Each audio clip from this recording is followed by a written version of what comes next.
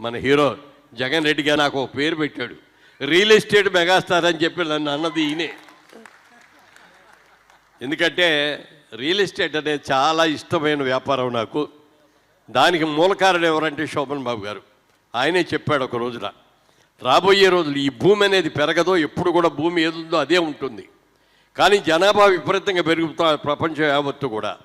రాబోయే రోజుల్లో ఈ ల్యాండ్కి విపరీతమైన డిమాండ్ వస్తుంది అని నేను ప్రతి పైసా కూడా ల్యాండ్ మీదే పెడుతున్నానని ఆయన చెప్పిన ఆదేశాన్ని నేను ఆచరించి ఇవాళ రోజున రియల్ ఎస్టేట్లో ఇలా నిలబడగలిగానంటే that is because of Shobhan Babu గారు.